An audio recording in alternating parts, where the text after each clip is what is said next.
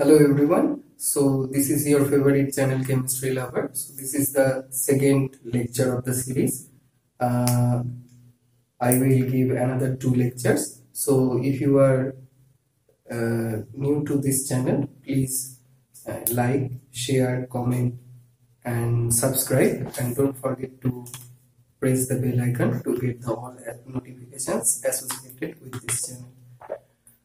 Now the thing is that this is actually lecture 2. So if you have not viewed the lecture 1 yet, first view the lecture 1 and then view this lecture 2. So okay.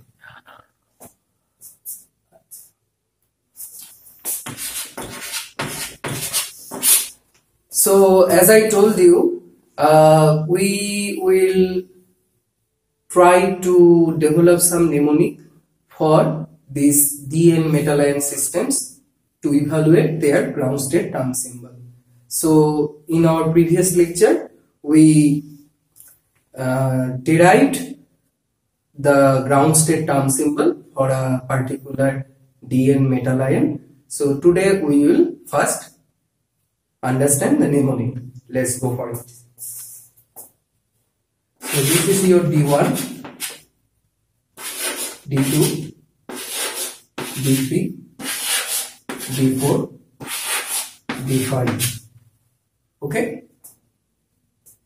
And let's say here D6, D7, D8, D9, D10. Okay? So let's get started. So we will put capital D, F,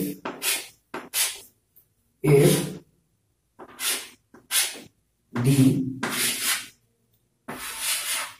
S, D, F, D, S, D, F, D, S. Okay? Again, D, F, D, S. So D, F, D, S, D, F, D, S. Now you have 1 here, so enhance it by 1 unit. So 2D, 3F, 4F, 5D, 6S. Okay? And for here, you just subtract this 6 from 11. So what it will be? So 5, 4, 3, 2, 1. So if you see, the order is 2, 3, 4, 5, 6, 5, 4, 3, 2, 1. Okay? So D, F, D, S, D, F, D, S, and these are their ground state term symbol. Okay, so these are basically your ground state term symbol. So this is ground state term symbol, and you can easily remember this one. And I think it will be helpful. Just practice it few times, then you will be able to remember this. Okay, so this was the first point we wanted to learn. So now we will go to the for a multi-electron system, particularly since we are talking about these transition metal complexes, so we are essentially focused on d-n metal ion. So what happens basically, so you know that for any complex, particularly transition metal complexes, so you have a naked metal ion first and your ligands are approaching towards the metal ion. Now what happens, your metal ion has d orbitals because they are transition metals, and as I told you, what is the definition of transition metals? So transition metals are those who possess partially filled d orbital at their stable oxidation state. It may be anything, but it should be stable oxidation state. Okay, and they should possess partially filled d orbital. This is the essential criterion to be a transition metal. Now the thing is that, so when you consider this transition metal complex, what happens? So you have a naked transition metal ion. Now you have put some ligands. These ligands are approaching to the transition metal ion, and essentially what will happen? So they will initially attract each other because naked metal ion is positively charged and ligand is either neutral with lone pair or some electron rich center, and it could be some negatively charged species as well to satisfy the primary valency. So if the primary valency is not satisfied, then there will be some counter ion to satisfy it outside the first coordination pair. That means your coordination pair of second attraction. I hope you all know. So I am assuming that you have filled up the prerequisite, that you are aware of this transition metal chemistry as well as the coordination compounds, very basic. So considering that, let's proceed further. So now the thing is that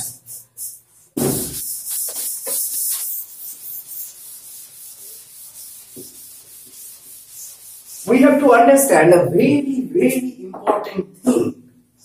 So we were telling that if you have a naked metal ion, any transition metal ion here, so ligands either neutral or some negatively charged species that is approaching towards the metal ion.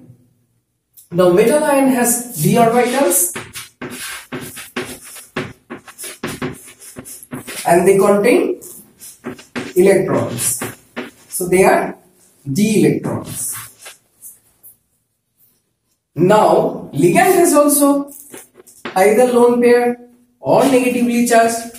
So there will be repulsive interaction between d electrons and this negative charge or the lone pair of the ligand. Now this will basically dictate their energy state. So the d orbitals will get perturbed and they will be arranged, better to say rearranged, at that point of time when they have a repulsive interaction. Now initially they have attraction basically. So this is positively charged, this is negatively charged. So they will attract each other, and that's why the approach of the ligand is facilitated. But when they actually cross the threshold, there will be repulsive interaction, and that will lead to splitting of the turn. So initially your d orbitals get split, d orbitals get split, and the thing is that the associated terms, so we were talking about some ground state terms, so there are some higher terms as well. So I initially thought to construct the microstate table of microstates by pigeon hole principle, but that would take time and that would be very cumbersome process. So if at the end of the lecture series, if we have some additional tutorial video, there we will upload that thing. But for the time being, let's concentrate on the major things. So we are not considering how to construct the table of the microstates. You will get it any standard inorganic chemistry book whichever you follow.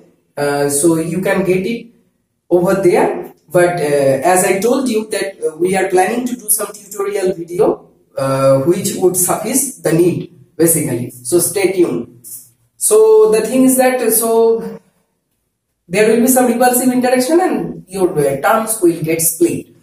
Okay. So the thing is that so this actually lead to you microstates. Now each d orbital with some occupancy of the electron, they will give you different number of microstates, and this is very important, how many microstates will be there and how the value is coming. For example, in many textbooks you will see that for a D2 metal ion you will have 45 microstates. Okay, so 45 microstates, if I remember correctly. Okay, it doesn't matter, we will learn how to calculate number of microstates. Okay, 45 microstates for D2, but how it's coming? So let's go into that. So that is our focus over here. So as you know that d orbital is 5-fold degenerate. What does it mean? That d orbital has 5 rooms. Each room is of double occupancy. Okay, so you have a roommate. So that is basically your double occupancy. So once you have a electron, so there will be another electron, but you have to remember the Pauli's exclusion principle that no two electrons have same set of quantum numbers. They will at least differ in at least one quantum number, right? So, and these microstates are very unique. They will not be same. They will not be same. And electrons are indistinguishable. That means electrons are electrons. You cannot distinguish electrons. This is electron 1, this is electron 2. You cannot do like that. Electrons are indistinguishable, and that is taken into account while evaluating the number of microstates, right? So the thing is that your d orbital is 5-fold degenerate. So you have basically 1, 2, 3, 4 and 5 d orbitals. Okay, now each of these are of double occupancy. That essentially means that there is a bifurcation in each orbital. Okay, so there is a bifurcation in each orbital.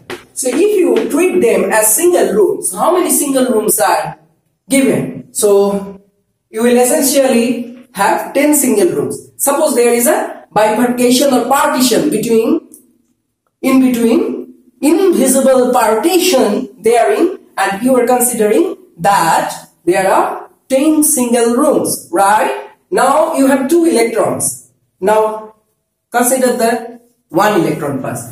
So where it can be put? It can be put anywhere, right? So your chief warden says that put this electron in any one room, which is already each.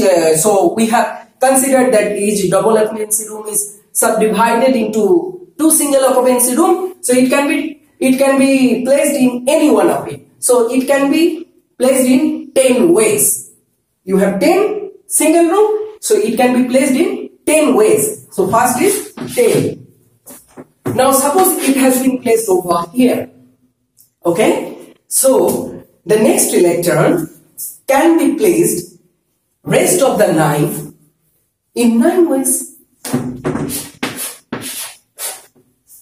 And since these electrons are indistinguishable, so you have to divide it by 2 factorial, right? I hope you are good in mathematics. If you are not, then check with your class 12. Okay, so 90 by 2, 45. Got it? Okay, so what would be in case of D1? It can be placed in 10 rooms. So essentially, you will be having 10 microstates. For D1 is 10 microstates. Right? So what would be for D3? Short answer. Yeah. Tell me, what would be for D3? It is 10 into 9 into 8. 10 into 9 into 8. 5 factorial 3. 3 factorial. 2 factorial. So what you will get over there? So 10 into 9 is 8 divided by 3 into 2. 120.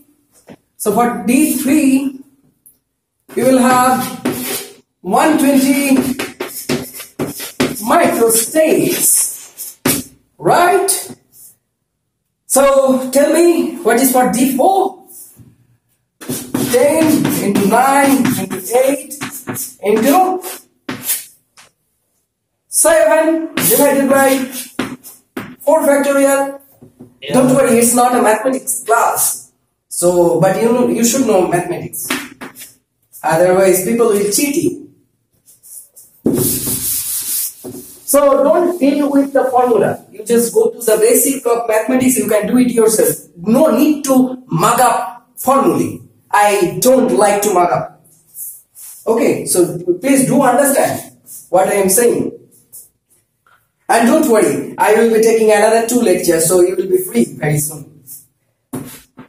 And if I am taking the tutorial video, there will be additional 1. So altogether 3. So please bear with me. 8 into 7 divided by 4 factorial, that means 4 into 3 into 2 into 1, right? So basically 4 to 8, 8 chala gaya, 3, so you will have 210, right? Okay, aren't you happy? Okay, so you expect me to delete the entire one? No, I am not doing that.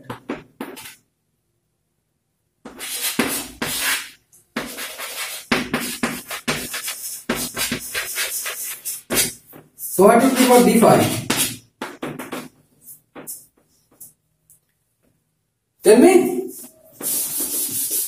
Okay, I will not be able to hear you. Okay, so what would be for D5?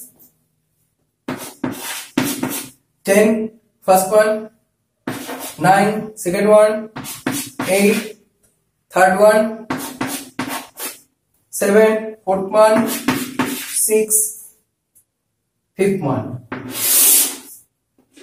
5 factorial, that means 5 into 4 into 3 into 2 into 1, right? So essentially we will have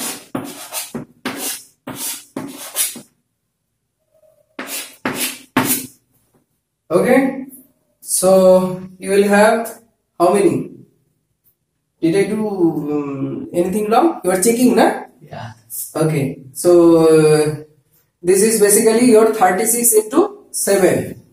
36 into 7 means,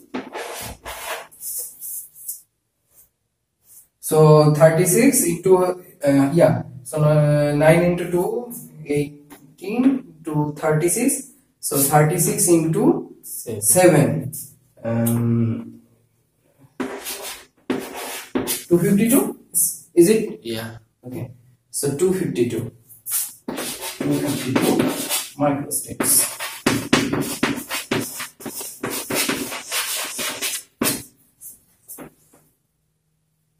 Okay, so let us summarize over here. So number of microstates, so Dn and number of microstates. D1, what is it? 10. D2, 45. D3, 120. D4, 210. D5, 252. Okay, so let me erase these things. There is problem with board. There is some problem with board. Who is responsible? You? I have to rearrange the system. Okay, so you want Shahnaz to do one for you? What is the point of doing all this maths? I don't like maths. I'm organic chemist. So organic also is mathematics. Huh? So you tell me what is the angle of Felkinan model? We are teaching, na? Yeah. So what is the angle? Angle of Angle of approaching. Bargidunit's angle you are talking. Burgidani's angle. That is 109 point something. Why do you remember? That is mathematics. Okay. So mathematics you can't avoid. Money. So he is counting the subscribers, number of subscribers. He will get money. Huh? Okay. I am not getting any remuneration. So I will soon stop making videos. I am not getting any remuneration. Okay. So jokes apart. So let's come to the point directly. So what would be for D6? How many microstates you want to have for D6?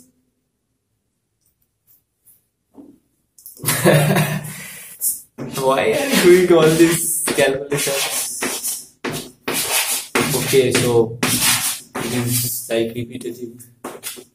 Okay. And what would be for D10?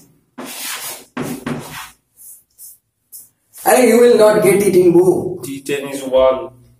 You show me one book where this type of derivation is there.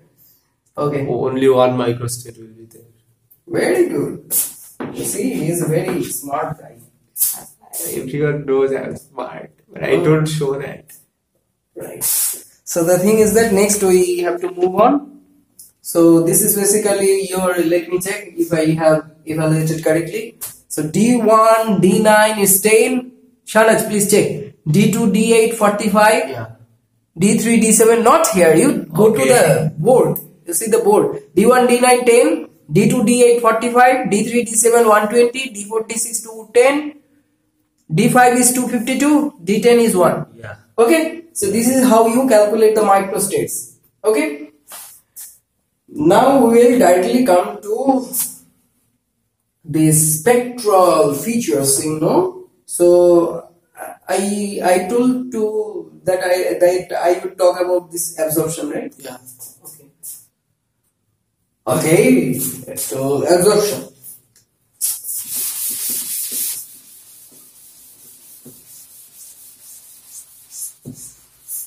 So let me pose some couple of questions.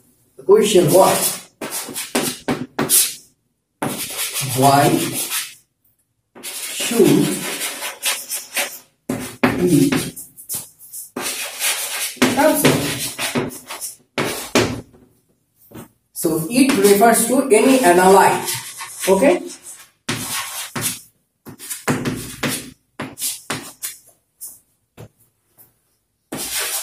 Question 2. Where should it absorb? How should it absorb? Once it absorbs, what will be the change in electronic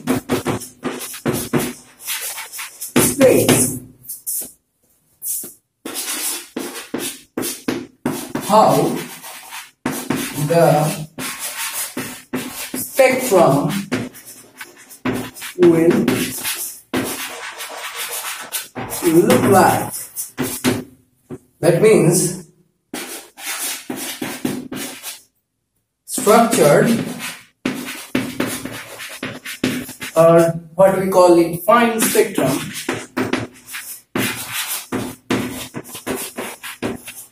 or it would be broad and wide. So these things should be kept into mind. Why should it absorb? Where should it absorb? How should it absorb? Once it absorbs, what will be the change in electronic states? How the spectrum will look like? Structured, fine spectrum, or broad? So let's get started. So today we will not talk about much because I have again divided the lecture 2 into part A and part B. You have to do column? No. So this is part A. It will do what does for them. Yeah. So let them assimilate the things. Don't mug up, please.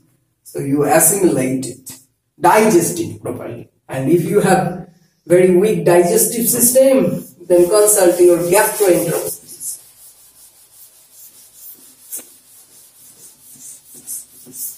Okay, I think they will be bored.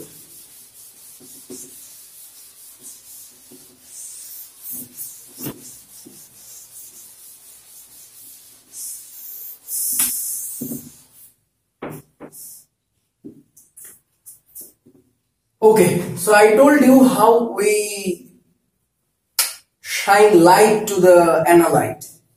We place it in a cuvette, in a solution, in a suitable solvent, and then we scan from a higher wavelength to lower wavelength, and then we are able to see the spectrum. So the thing is that, so you have two axes, right? So here you have wavelength, and that is often denoted as lambda, and that is in nanometer. And here you have OE, or optical density, or sometimes it's written over here absorbance. So here it is your x-axis, and here it is your y-axis. Okay, so there are very essential things when you do the recording for your analyte. So there are several things that you need to keep into mind. So you have to do baseline correction first. So baseline correction, there are two types of baseline correction. One is your air baseline correction, another one is your solvent baseline correction. So this will basically remove the extraneous peaks. Okay. Number 2 is that for UV visible experiment, actually your absorptivity equals to, you know, this Lambert's law. I think Shahnaz will arrange some physical chemist who will talk about this. I made a video on that. I already made a video. Oh, Shahnaz has already made a video. So Shahnaz, you can provide that link here. So Shahnaz will put the link so you can watch it. And the thing is that, so let me directly go into the equation. So A equals to your epsilon Cl. Okay. So the symbols bear their usual meaning. So epsilon is your molar absorptivity or molar absorption coefficient, C is your concentration, and L is your path length, or the what you are using, this cuvette, and A is the absorbance. So Lambert-Beer's law is valid for dilute solutions only. So don't make your sample concentrated, right? So OD, you have to keep it in your mind that your OD should not exceed much. Okay, so as you are already told that we scan from a higher wavelength and then we come to the lower wavelength. So basically you can have spectrum depending on the which metal ion you are, which metal ion is there in the analyte, and what are the ligands. So ligands also play a vital role. So basically for your this is associated with some, I told you that this is associated, so this is associated with some, so basically what you have, this is your energy axis and this is your internuclear distance. Okay, so Frank-Condon principle, you know. So what it tells basically, so this process of transition is very fast. So nucleus does not move that point of time. So the time required for this electronic transition, within that period of time, your nucleus sits idle. It doesn't move. Okay? And this is your ground electronic state. Okay, GS. And this is your excited state. Okay? So this is your ground state. And this is your excited state. Okay? And these are subdivided into several vibrational levels. So these are again subdivided into vibrational levels. I am not going into how it looks like. You see, most potential curve. Yeah? How? Why it's look like this? Why not any other appearance? What? Why it is looking like this? Anharmonicity. Huh? Anharmonicity. Okay, that is mathematics part. Okay, I am not going into that. So Shahnaz can arrange some mathematician for that. Huh? But it is after all a chemistry channel. So we don't want to get into the nitty-gritty of mathematics. Okay? So the thing is that, so ground state and excited state. So now the transition will occur. Okay? So transition will occur, and when it will come back, that is your emission. So we are not considering about the coming back. We are just considering from going ground state to electronic state. So when it is sits in the ground state, it's ground state. When it is go to the excited state, it's become excited state.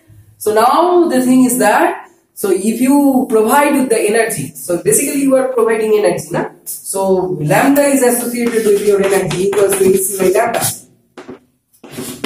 Right? So AC by lambda.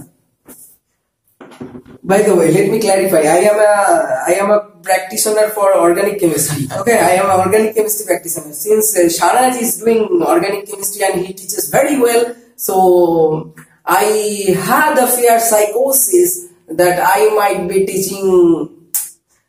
my teaching can bore you because Shahnaz teaches so well. So I thought to make some videos. So when he told me to make some videos, so I told him that I will remain inorganic but inorganic. Okay, so that was our proposition. So we are of course inorganic. We are inorganic. Okay. Yeah. Well, so where we were? So you can have the structured or other things, and you have to remember these things as well, that there are some selections rule. So one is your orbital selection rule, another is spin selection rule. Okay, so spin selection rule tells you your delta S equals to 0. So there will be no change in spin. Spin change is not allowed. Okay. And one more thing is that, what is orbital selection rule or Laporte selection rule? What is Laporte selection rule? Gerade to ungerade is allowed. What is gerade? Symmetric. And what is ungerade? Not symmetric. How do we express that? U and G. Okay, tell me. So you have S orbitals. This is gerade or ungerade? Gerade. How do you know that? Because it's symmetric in every direction. Do you know the meaning of gerade? Means literal meaning I don't know, but if something poses center of inversion, then it is gerade. So gerade is your even function. Okay. You know? And Actually, ungerade is... I am not that strong in mathematics, so when this function type of thing comes. So ungerade is your odd function. I will come into that shortly. So what is your P? P is ungerade. Ungerade. What is D? D is gerade. Gerade. What is F? I don't have idea. Ungerade. Gerade, ungerade, gerade, ungerade. Okay. If I remember correctly. You Okay. You have lot of mnemonic. No, get a day, get a day, GU. No, I am saying that you have lot of. So get a day is even. Get a day is even, get a day is odd. Yeah. So what does odd function? What is the definition of odd function? So minus. Yeah, f of minus x equals to Minus fx. minus fx. Very good. So Shahnaz knows mathematics. Who told that he doesn't know mathematics? He is a liar. So sine function is odd function, cos function is even function. Sine function is odd function. Very good. So we are, let us go to some odd function. I was good in math up to 12, but so we are what हमने कब honors का mathematics लेना start किया भाई? This is very basic. So you tell me how the sine function will look like. Yeah, it is like this. This means you draw.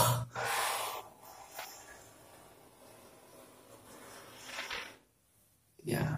Huh? Yeah. What is this called? This is the amplitude. Very good. What is this? Phase. Yeah. Okay. Yeah. So sine 0 0. Yeah. Pi by 2. 1. This is 0. what is this value point? Oh, this is 180. अरे पाई से बोलो. Pi. हाँ, very good. Life of pi. So actually, why I work on pi conjugated systems? Okay. So design and synthesis. So someday you will. No, I will not teach you. Okay. No, not teaching. Just you can. No, I will not. I will keep it secret. Okay. So this is pi. Life of pi. If you haven't seen that movie, Life of Pi by Irfan Khan, I think. Nah? Yeah. Okay. So you can see it. You can watch it. Okay. Seeing and watching has some different notions. Okay. So what is here? It is minus 1, right? Yeah. So what is this? This is 3 pi by 2. Very good. So who told that Shahnaz doesn't know mathematics? I know. When I told I don't know. I know. No. This is. I forgot some. This is recorded, na? I forgot some of it. Okay. So what is here? This is 2 pi. Very good. So what we will do now? Why I did this? I did it intentionally. So let me rub up other things which are redundant.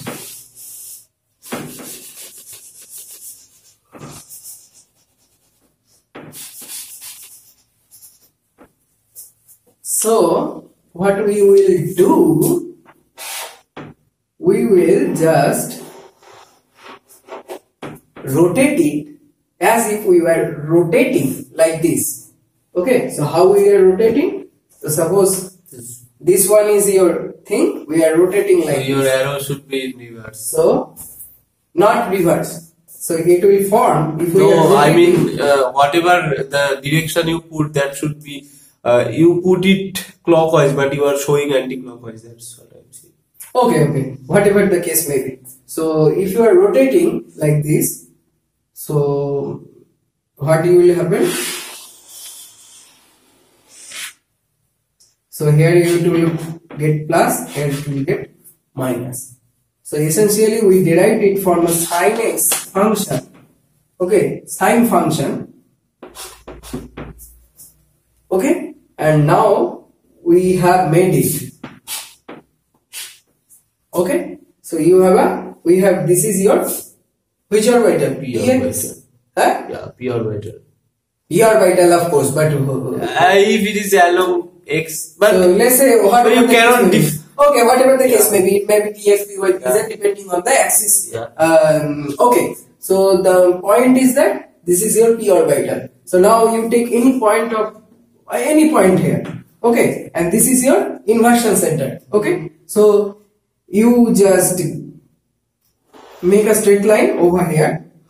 Okay, yeah, and go equidistant to the other side. So if you are changing in the phase, let's say somehow over here. So if you are changing the phase from plus to minus, these are phase, these are not charged, by the way. These are phase. So if you are changing the phase, that means it is a Ungerade. It is ungerade or odd. Okay. Okay.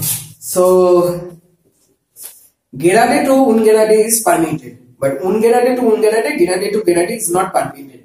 In that way, DD transition should not be allowed. But you often get this ligand spectra, which are essentially this DD bands will be there. So how is coming? So this is because your selections rule are not hard and fast. They can be relaxed by some means. So they are being relaxed by spin orbit coupling or vibronic coupling. So that we will discuss in the second part of this lecture. So I think we can stop over here. They can just recapitulate the things. So you please do the homework. So homeworks means so derive the term symbols if you haven't done it yet. Derive the term symbols, basically the ground state term symbols. Also practice how to calculate the microstates, and please remember all these very basic things. You will never get into many books. So I am fortunate enough that I got very good teachers. The all credit goes to them. So whatever I am teaching you, it is not my credit. I am just acting as a microphone. So all the knowledge I had, it is their knowledge basically. I am just trying to transmit those knowledge to you. So here in ICR Kolkata, when I was doing masters, so I got a gifted teacher, Professor R.N. Mukherjee. He is now at IIT Kanpur. He was our previous director. I am saying that he is a wonderful teacher. He is a very, very enthusiastic teacher, and he is very good teacher. I am very much fortunate to learn from him directly, and he is so caring. He is so caring. I am very much. I am not thankful to him. I am not grateful to him. I am grateful to God for giving me such a wonderful teacher in my life. So this is one. So Professor R.N. Mukherjee. So whatever I am teaching you, this all the knowledge he had basically. So he taught me very well. So whenever I faced any difficulty, so I thought that it should be shared through some platform, and I am thankful to Shahnaz that he allowed me to make these videos on his platform basically. So I am basically acting as a microphone and transmitting their knowledge to you. And I am also fortunate that in my honors I got a teacher in our department who was basically the student of A.K. Dash. A.K. Dash is a very well-known person. If you are following some of his inorganic chemistry book, A.K. Dash inorganic chemistry is very much popular book. So he was a student of A.K. Dash, and I was also fortunate enough to be taught by a person.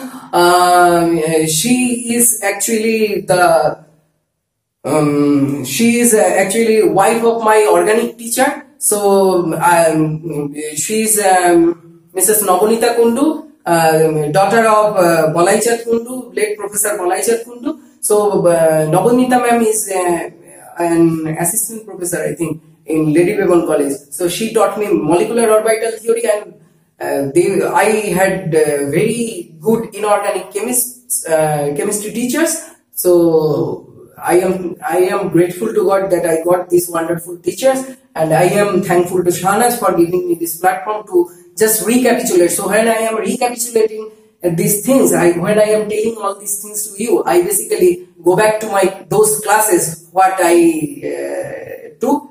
So basically Professor R.N. Mukherjee was awesome. So I am thankful to God again and again. So I just want to share one thing. So he is such a enthusiastic. I have still contact with him.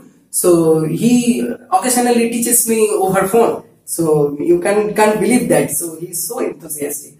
Okay. So thank you very much. So if you haven't subscribed yet, please do subscribe. Press the bell icon, like, comment, share, and of course your comment is very much